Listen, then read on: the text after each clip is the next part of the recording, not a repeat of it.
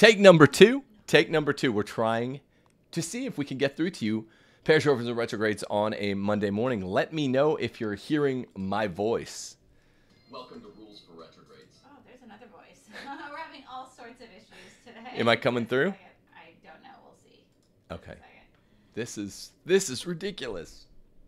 I don't know. I don't know if I'm live or not. Let's see. Bunch of bull roar, man. Yeah.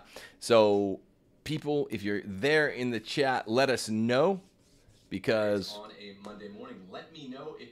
There we go. I think we're having all sorts of issues. I think you should be fine. So that means I'm on. I believe.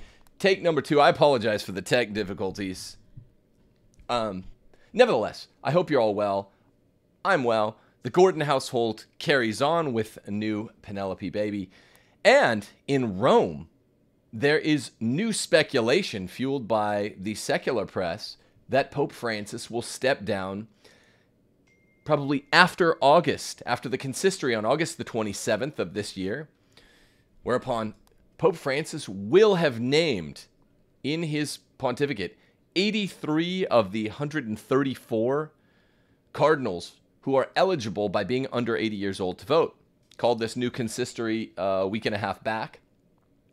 And it itself began to fuel speculation that he wants more cardinals to carry forward his program, which is the Gaulen agenda, as I've talked to you about on no uncertain terms in many, many shows. But now there's even more to speculate about. AP News says Francis fuels new speculation on the future of his pontificate. This came out just yesterday afternoon. I was thinking about going live. By the way, in addition to apologizing for kicking this show back by 15 minutes today because of tech problems, I've kicked back the show that I had planned for today, a big theme show on Catholic annulment. Is it Catholic divorce or not? That will be tomorrow. I have a bunch of facts and figures lined up for you, and I think it should be really helpful. And people have been asking me about that one for a while. So that I bumped because this is important enough to address. Now, real fast, before I go through this AP News article, about 3 different times, maybe 4, since I have been a commentator behind a microphone in the last nearly 4 years, there's been speculation which has arisen in Rome among Vaticanistas and AP journalists alike in the secular media who say Francis is going to step down. I told you 2 summers ago, even as recently as when I was moving here, my friend Pat Coffin and others were speculating Francis was going to step down. And I said, nonsense. Leftists only give up power when they have to. Now, that all changed last summer. Francis is an ill man. We don't know the extent of his illness, but we know he spent 9 extra days in Gemelli Hospital last summer for a routine, what we were told was a routine colon surgery. Now, I don't know if there's such a thing as a routine colon surgery for diverticulosis, but he spent 9 extra nights in the hospital. I don't think he was supposed to spend 1. It was 0 or 1 night in the hospital, outpatient, to remove 13 inches of his sigmoid colon. That was right around the time last summer when he released Traditionis Custodes, and everyone was speculating that he was dying, and he even addressed it. Since then, my tone has changed. He is 85 years old, and most recently, according to this AP News article, he has visited the small Italian city of L'Aquila. This is relevant because, he's planning to visit L'Aquila in August for a feast initiated by Celestine V. Why do you know that name? Because prior to Benedict XVI, Celestine V was 750 years before the last pope to retire.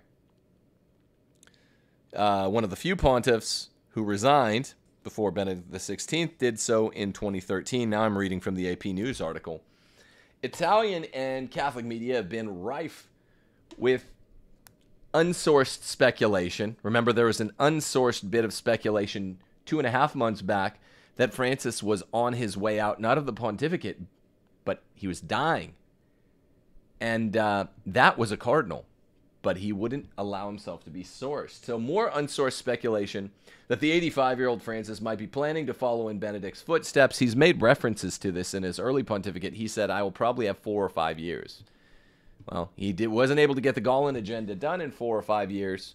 And now, my friends, the Gallon agenda's second, third, and fourth points are presumably underway, perhaps in the offing, as more than just an inchoate thing, with the Synod on Synodality, everybody's favorite. The question is this. The consistory is August the 27th.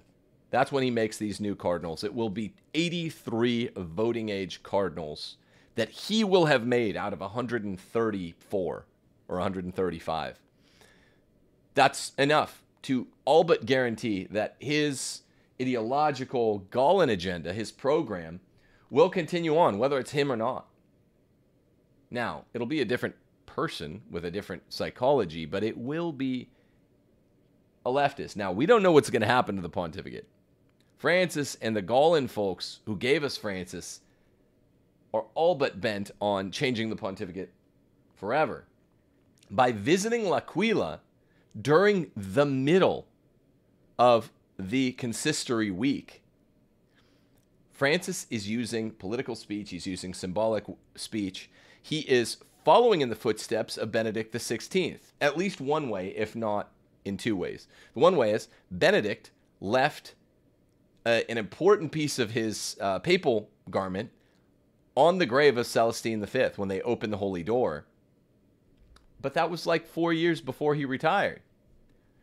Francis is doing the same thing, and he's doing it during the consistory that folks now will say, I can't remember if it's the 5th or the 6th consistory he's held, but he has incarnated tons of cardinals, 83 out of 135, such that these two facts combine to mean it's likely he's stepping down, together with his health problems, his mobility problems. He's been slowed down greatly over the last 11 months.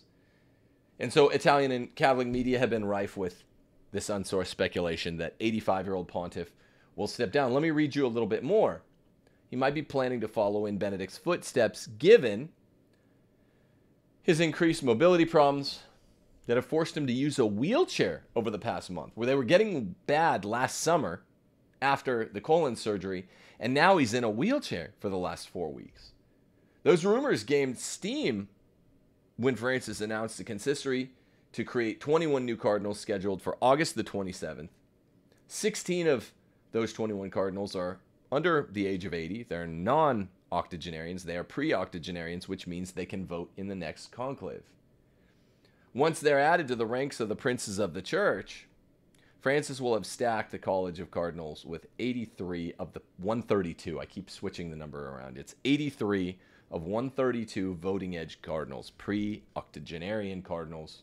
That is more than enough to pass any scrutiny. They can get their guy if they're all a solid ideological block.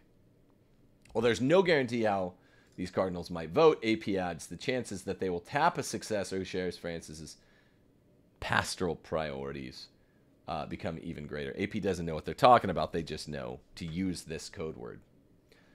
The article continues. In announcing the August the 27th consistory, Francis also announced he would host 2 days of talks the following week to brief the cardinals about his recent apostolic constitution reforming the Vatican bureaucracy. This is probably the opening shot to achieving Gallon Agenda Item 2, which will be female deacons. I have a live bet with Eric Sammons.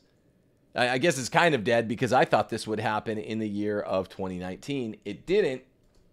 COVID-19 broke out. So I got a little reprieve there. I'm sure it's going to happen. The Amazon Synod document attached a file to it that keeps the option not only open, but probable, praising, extolling the virtues of theoretical female deacons. So this document goes into effect Sunday. I'm guessing that means this Sunday of this week. Allows women to head Vatican offices. Could never do it before. It imposes term limits on priestly Vatican employees and a few other things besides.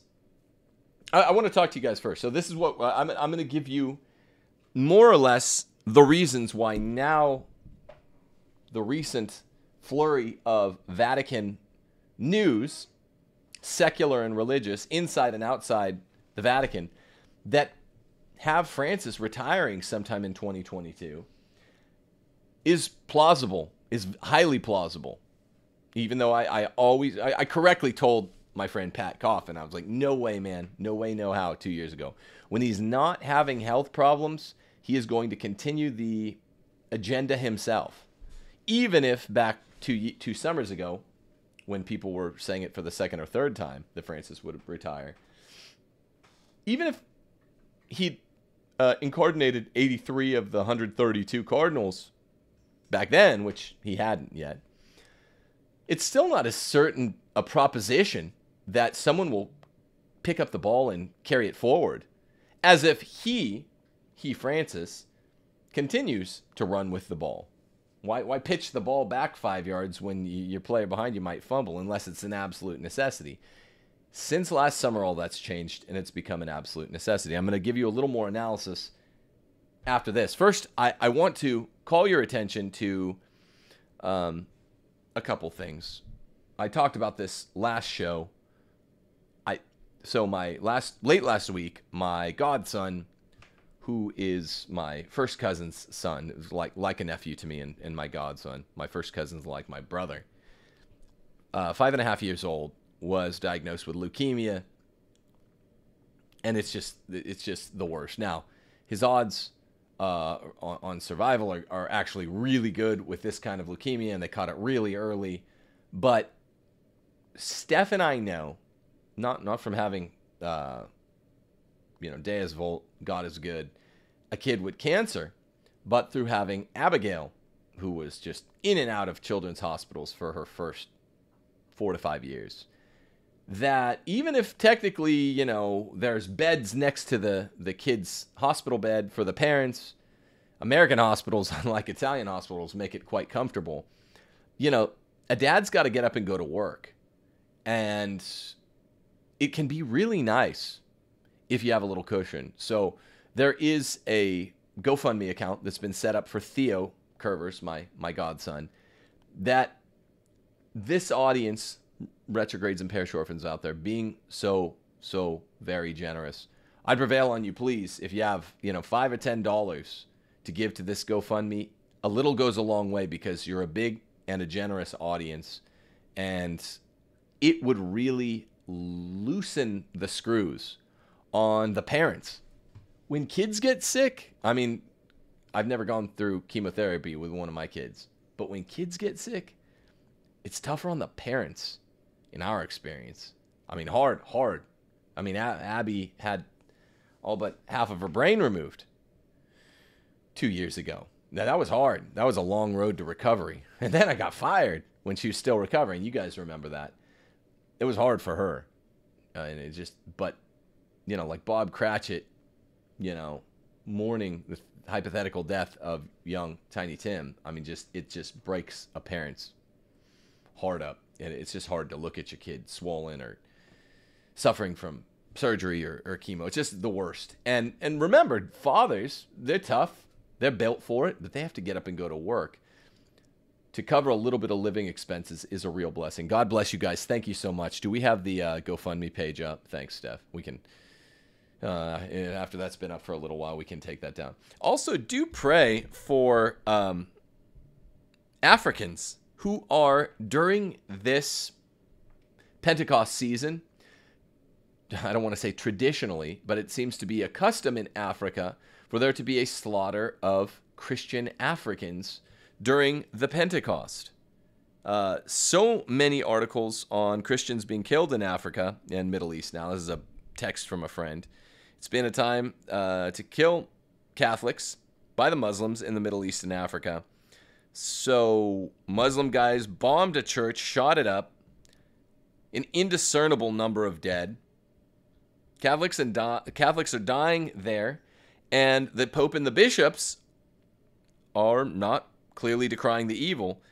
The government official is apparently the only one in this Nigerian Well, I'd say Nigerian nightmare, but that refers to Christian Okoye football fans, and there's nothing funny about that. This Nigerian tragedy that is decrying it. So do pray for the Nigerian Christians who are being Pentecostally massacred by Muslims in the area, and of course, Pope Francis' mum. If this were an American school shooting, which might or might not end up being psychological, operational, then Pope Francis would be all over it. You know, he's an operative of the left. He'd be saying, oh, this is a perfect opportunity to talk about taking away American guns. But if it's Christians being killed in a third world country by very third world Muslims, mum is the word. You know how this rolls. You know how this is. Final part of the announcement. Do tune in tomorrow for the special annulment episode of Rules for Retrogrades.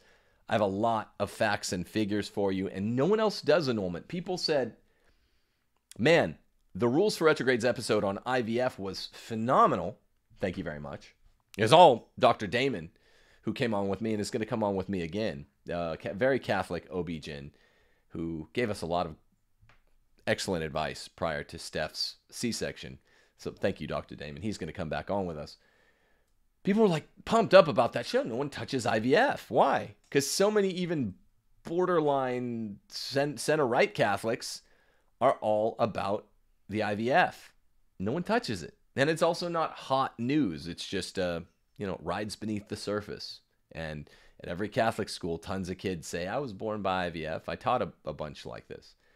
It's not a popular topic to touch. Well, that's precisely the third rail kind of thing that we're not afraid here to touch on Rules for Retrogrades. I mean, not to brag. It's not about us. But it's what we do. And I said, aha, people loved the Dr. Damon IVF show. They will love as much the hypothetical annulment show, because Catholic annulments have become Catholic divorce in the post-Vatican II era. And yes, it is a Vatican II thing. You might not know this. I'll show you this. You don't know it, therefore I have to show it. So that'll be tomorrow. I bumped it from today because this story is significantly important. What story?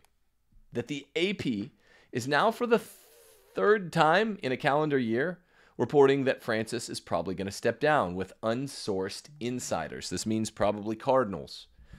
Why is it plausible now, whereas it wasn't 2 years ago? Because Francis's health problems are significant. Also, because Francis, it appears, has now accomplished or has established as a fait accompli, pre-accomplished, enough of the Sankt Gallen agenda items with this synod on synodality that's already done, basically. They haven't had the synod in Rome again, but the documents are probably drafted up. They're probably going to do female deacons. They're probably going to do viri probati, married Catholic priests. They're probably going to say something about the positive elements of homosexuality. All of these topics have made it into one relatio or another during a Francis pontificate synod.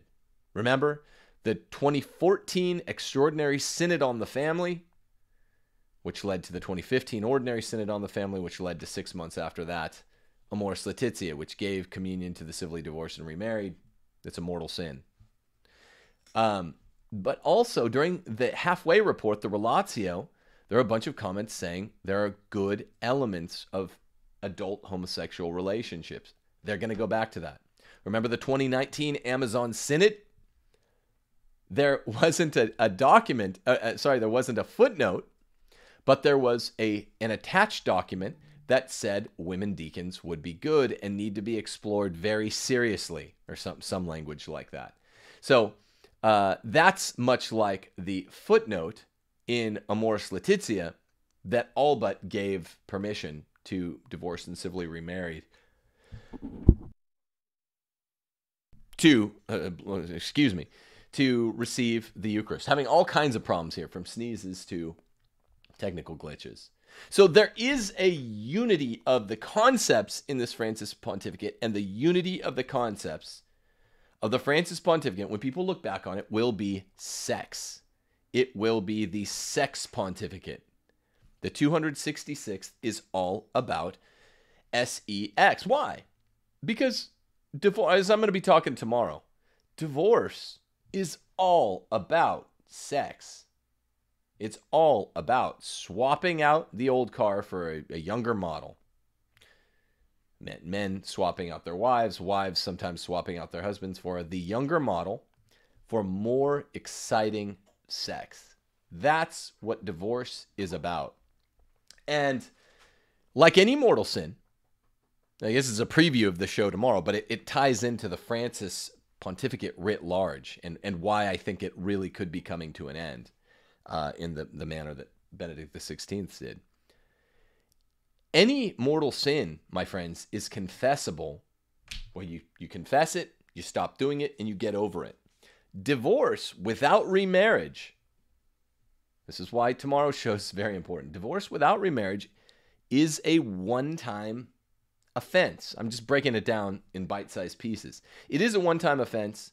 If somebody lives celibately and they say, look, I got divorced, I couldn't live with so-and-so, it might be a mortal sin, it might not, depending on the factors, actually. If you just got left and you're a divorcee, through no-fault divorce, one of the Masonic evils pushed through the courts in America in the middle 20th century, then, yeah, that's not even a mortal sin. But let's say you did a divorce. You were an active participant in no-fault divorce.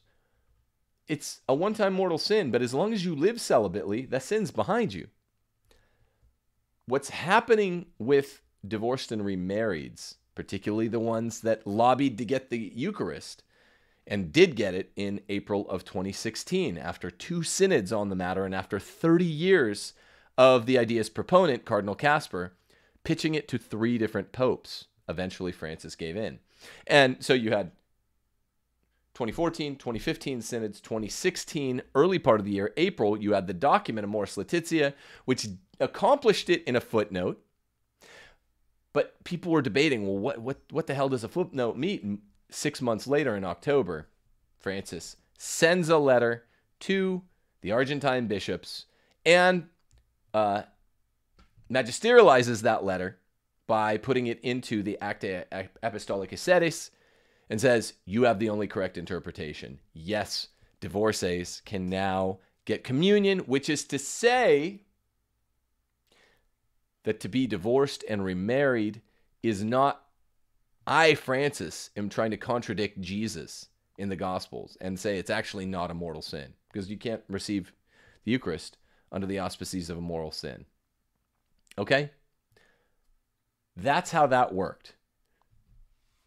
At the Amazon Synod, there was a lot of pushback and COVID was starting, so they didn't do female pastor or female deacons and very pro body yet, but they attached a document like the Relatio to the final document, which didn't mention it. And that document, as the attachment, kept it alive. And it is one of the main discussion points in the Synod on Synodality in these 2 years, where we're all just discussing, right? We're not discussing. Same as they weren't discussing openly with the conservatives at, the Africans and the Asians who really defended the church teaching at the family synods of 2014 and 2015. As a matter of fact, the African bishops complained. They're shutting us out. They're changing the rules every day. They have a pre-established result. They're going to give communion to the civilly divorced and remarried. And they're just going through the motions. And Cardinal Casper was caught on record saying something like, well, they don't matter. They're just Africans. That's why we don't listen to them. This is how the left talks. Whoops. Oops. They matter very much to me, Cardinal Casper. And, they did their part to save the church. Now, same thing with these other agenda items. So we'll talk in great detail about this topic that everyone's moved on from. I haven't damn well moved on from it. Is there a Catholic divorce or not? Francis came up with a second, more direct route, but I would say since Vatican II, the less direct route of getting a Catholic divorce was just getting an annulment. And I'll show you some facts that will make your jaws drop tomorrow. Facts and figures from some canonical tribunals in many dioceses that Have you ever heard tell that there are some that have almost never denied an annulment request? I called a hotline for this, a Catholic annulment hotline. I'll share the results tomorrow. But the point is this. The Francis pontificate has been, from the perspective of the destroyer, Francis, and his destroyer counterparts in the cardinalate who gave us Francis, a total success. Like seemingly everything the left does inside and outside of the church. These guys get it done. They win. They win. What do conservatives and traditionalists do? We lose.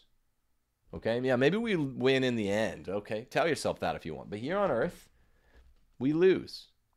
And Francis has gotten everything done, and he's about to get some more done. And because he's getting so sick and he's so old, we don't know exactly what the problem with his colon is. And he now can't even walk. He'll probably retire. And the fact, according to this AP News article, I'll turn to it one more time, the fact that the chronology is very notable here. Notable was the timing. Vatican and the rest of Italy usually go on holiday in August. I mean, the entire country, right? The entire continent. It's a ghost town in Rome. We lived in Rome through August, and there's basically nowhere to even go buy a cappuccino anymore. You remember that, Stevie? Mm-hmm. Yeah. Everyone goes. It's totally uniform. It's very socialist Europe, but it's, if I can say something that might surprise people, it's kind of cool. There's one aspect, it's like everyone goes on holiday together. So they're usually on holiday in August through mid-September. I mean, they take a hell of a vacation. That is a 45-day vacation. With all but essential business closed, and that's a lie. All essential business is closed. Calling a major consistory in late August to create new cardinals, gathering churchmen for 2 days of talks on implementing his reform, and making a symbolically significant pastoral visit, suggests Francis might have out of the ordinary business in mind. Here's a direct quote from Vatican commentator Robert Mickens. With today's news that Pontifex will go to L'Aquila in the very middle of August consistory, He says it's in the middle of the August consistory. It wasn't quite clear if it was right before, right after, or during. Everything got a little bit more intriguing. Mickens ends his quote. He links to an essay he'd published in La Croix International about the rumors swirling around the future of the pontificate. The Basilica in L'Aquila, by the way, hosts the tomb of Celestine V, a hermit pope who resigned after 5 months in 1294 because he was overwhelmed by the job. And he became a hermit. Not because he was like Mr., knows where the bodies are buried, Benedict XVI. We never had that kind of reason for why Benedict XVI retired, right? If you're going to retire and you're going to throw up your hands and say, I can't do this, it's because it's right at the beginning. And you're like, I'm in over my head. I got in over my head. That's what Celestine did. The only pope this millennium to do it before Benedict and maybe now Francis. There's nothing fishy there. Everyone says, all historical accounts, he was young, he was in over his head. And then he went into legit hiding. And the pope after him didn't destroy everything. That's also why some people don't get the Benedictplenus, the Benedictist Pope people at all, and they're scratching their heads. I don't get why there are all these people. Well, come on, man. Use your brain. I'm not a Benedictist Pope person, but I get it. And it doesn't particularly annoy me. And I can't say with certainty that they're wrong. I don't get when people don't get stuff. That this is why the Benedictist Pope people don't irritate me. Their certitude is kind of callow, a little bit inchoate, but a little puerile, I'd say. But I don't know, man. I can't say they're wrong, and it's so very different to posit what Benedict XVI did from that of what Celestine V did, right? And so very different if we take the successor to Celestine V and the successor to Benedict. One destroyed everything in the church systematically. The next did not. One was second in the running during the pontificate of the pontiff under question, Benedict. He was second in 2005 in the conclave votes, with many very, very strange conditions, like a mafia group within the cardinalate, who vowed before even the Benedict conclave in 2005, they'd vowed to meet 10 years before to do anything but to get JP2's man, JP2's CDF, Joseph Cardinal Ratzinger, into the pontificate, presumably when he got a narrow victory over Jorge Mario Bergoglio in 2005. Presumably they were just as or more pissed off, upset. That stands to reason, doesn't it? So they met from 96 to 05, lost, with some very strange lunchtime conversations I've heard at the conclave. They lost in 2005. Their worst nightmare came to pass, a Ratzinger pontificate. And then somehow these very same men, with certain exertions against this pontificate, got it to be cut short after 8 years. And we have documentary evidence of a lot of this. Now, we don't know de facto, we don't know dispositively what the causative relationship between the St. Gallen Mafia and Benedict's private motives for retiring were, but we know that he was scared of these guys when he entered the Petrine office. We know that he needed prayers for them. We have videos of many of these guys refusing to shake his hand, the German and Belgians, refusing to shake the pontiff's hand. We have tons of documentary evidence of stuff he was doing that displeased them. We can very well imagine, those of us with, half of our brains tied behind our backs, the way Rush Limbaugh used to say, we can say, well, all of these same Gallen mafiosi probably were more mad after 2005 than they were before 2005. So that is the story of Francis. I'm not a Benedictine Pope person. I've never been. But they don't irritate me, and it irritates. People have noted this in my audience. Well, you seem more irritated at the people that are irritated at the Benedictine Pope people. Yeah, refute them. I don't get the irritation at them. And I also don't get the uncoupling, the forceful dewiring of the Gallen agenda, which is a certitude. It's an admission by a party opponent, as we say in the law. As certitude, the Gallen members admit. They admit all of these truths in biographies. Walter Casper, Gottfried Daniels. They admit that they were doing all this stuff, and they admit how much they hated Benedict. And they admit how much they thought Francis would undo everything in the church for 2,000 years, and he has. So you have to look into it. It's very strange. The people on my side of things, I don't think Benedict is still Pope. But some of the people are like, I don't get why anyone would suggest that. I do. I definitely do. And now that Francis is more openly being spoken of as an old, crippled man, an old, crippled Pope who's ruined so much within Christendom, or done his very damnedest to ruin so much within Catholicism, it makes a lot of sense that he would do to the pontificate what Benedict XVI did to it, irrespective of the differing timbre of their two pontificates. What do I mean? Leave it. Leaving the pontificate is more in line with the Gallen agenda than it is with what we thought was Benedict's. So it makes a lot of sense to me. When Benedict went to L'Aquila and gave his little honorarium to Celestine V, according to the AP News article, no one at the time appreciated the significance of the gesture. But 4 years later, he did it when he was, I think in 2008. The 85-year-old Benedict would follow in Celestine's footsteps and resign. Same exact age as Francis. Saying he no longer had the strength of body and mind to carry on the rigors of the papacy. And then he goes on as whatever the hell you call him, post-pope, emeritus pope, which that's just ridiculous. I refuse to use that.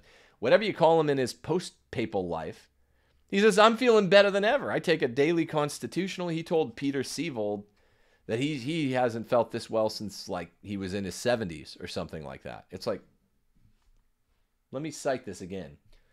He resigned the papacy, saying he no longer had the strength of body and mind to carry on the rigors of the papacy. Now, I was having to explain in my constitutional and subsidiarity show to folks in the comments what the ratchet effect is.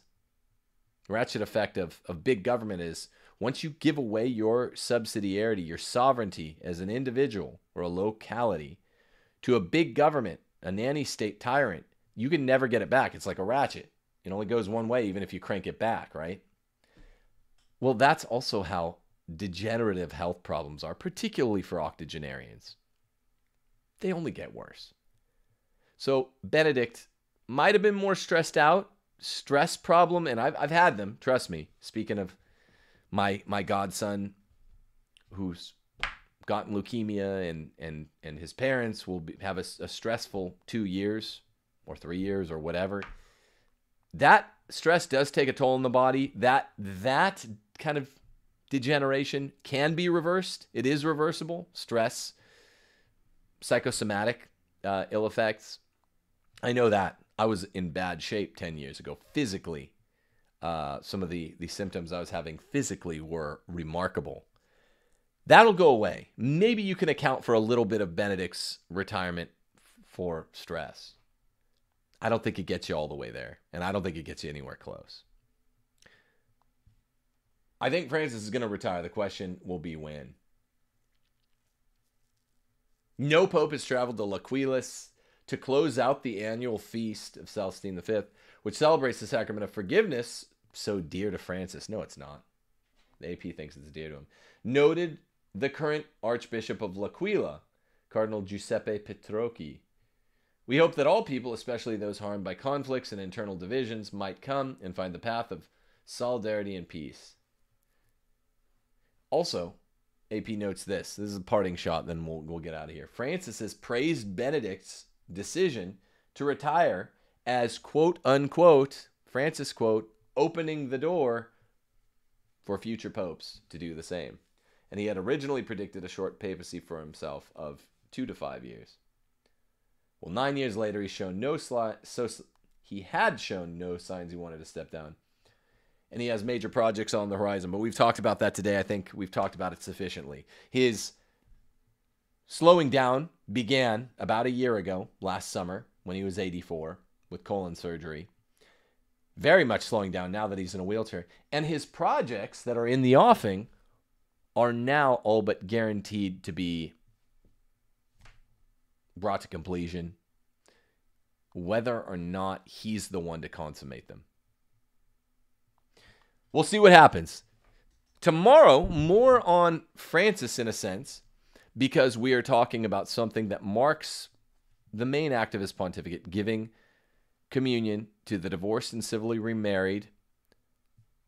He made a major liberalization of church discipline, sacramental theology. I think he's violating dogmatic theology in what he's done. No one's ever worked that out. We just moved on. All the Catholic Answers people, all of my friends who find themselves on the Pope-splaining aisles of things, they've never gotten over that. They're just like, you remember? Like Jimmy Akin was like, no, Francis ain't going to give communion to the divorced and civilly remarried. Will never happen. Not going to do it. And then he did it. And then Jimmy Akin was like, well, shit. Did he actually say that? No, I mean, he was just like, well, we're doing a show on how to respond to Protestants when they make fun of Mary.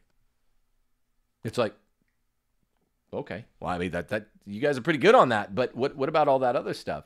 And then they just move on. And then I was like, told you so, bro. Told you so. And I brought Jimmy Akin on once, and he was pretty gracious. And then everyone's just like, okay, let's not talk about it. We have to keep talking about it. That's the main thing Francis has done. That's close to dogmatic theology. That's not just sacramental theology. He's doing it every day. Divorcees are running around desecrating the Eucharist. Okay, but here's the underbelly to that. Between Vatican II and Francis, I've really been thinking a lot about Vatican II again, reading Windswept House. And I'm having borderline, not new ideas, but some new facts just getting poured through the pages of Malachi Martin, and I'm, you go a little bit back and forth. There's one issue. People call me stubborn because I never change anything in my books. But Vatican II is so tricky what they did that I had the close to full-on trad position a couple years ago. Then I backed off a millimeter or two and said, well, look, the documents are airtight. I still think that, but man, I think more than ever that what they did with the airtight documents was just evil.